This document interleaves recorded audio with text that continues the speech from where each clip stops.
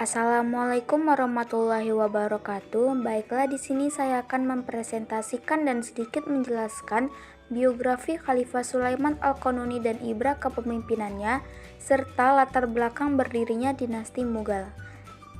Nah, biografi Khalifah Sulaiman Al-Qanuni yaitu Sulaiman Al-Qanuni adalah Sultan Turki Utsmani ke-10 yang berkuasa dari tahun 1520 hingga 1566.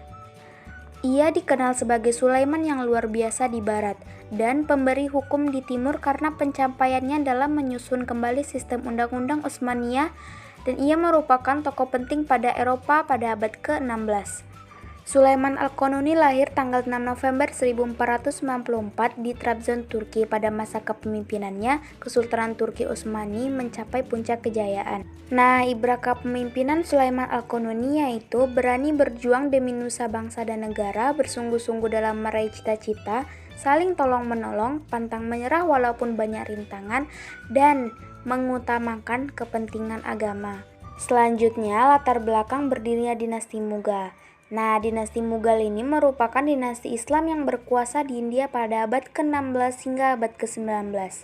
Dinasti Mughal diperintah oleh raja-raja yang berasal dari Asia Tengah Timur Leng.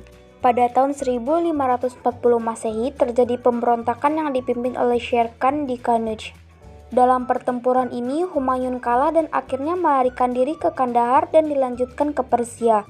Humayun adalah anak dari Raja Babur yang pernah berkuasa hingga tahun 1530 Masehi. Nama aslinya adalah Nasiruddin Humayun yang berkuasa dari tahun 1530 Masehi hingga 1540 Masehi dan 1555 hingga 1556 Masehi. Nah, setelah melarikan diri, Humayun mendapatkan bantuan dari Raja Persia. Dia menyusun kekuatannya kembali. Setelah merasa kuat, ia melakukan pembalasan dan menguasai India lagi pada tahun 1555 Masehi. Kekuasaan Humayun ini dilanjutkan oleh putranya yang bernama Akbar Khan dengan gelar Sultan Abdul Fath Jalaluddin Akbar Khan. Sewaktu naik tahta, ia masih berusia 15 tahun. Karena dianggap masih terlalu muda, pemerintahan diserahkan kepada Bairam Khan. Ketika ia memerintah, banyak terjadi pemberontakan dari keturunan Sher Khan. Namun yang paling mengancam adalah pemberontakan yang dipimpin oleh Himu, yang menjadi penguasa di Gwalior dan Agra. Pasukan itu berusaha memasuki kota Delhi. Bairam Khan menyambut kedatangan pasukan tersebut sehingga terjadi perang dahsyat satu yang disebut Perang Panipat 2 tahun 1556 Masehi. Nah, setelah dewasa, Akbar menyingkirkan Bairam yang dianggap mempunyai pengaruh terlampau kuat. Selama menjalankan pemerintahan, Akbar menekankan terciptanya stabilitas dan keamanan dalam negeri. Ia menyadari bahwa masyarakat India merupakan masyarakat yang plural, baik dari segi agama maupun etnis. Untuk itu, kebijakan yang ia buat salah satu tujuannya untuk mencapai persatuan dalam negeri. Misalnya saja dengan adanya kebijakan din ilahi, yakni menjadikan semua agama yang ada di India menjadi satu. Agar tujuannya terwujud, Akbar menikahi 2 orang putri Hindu.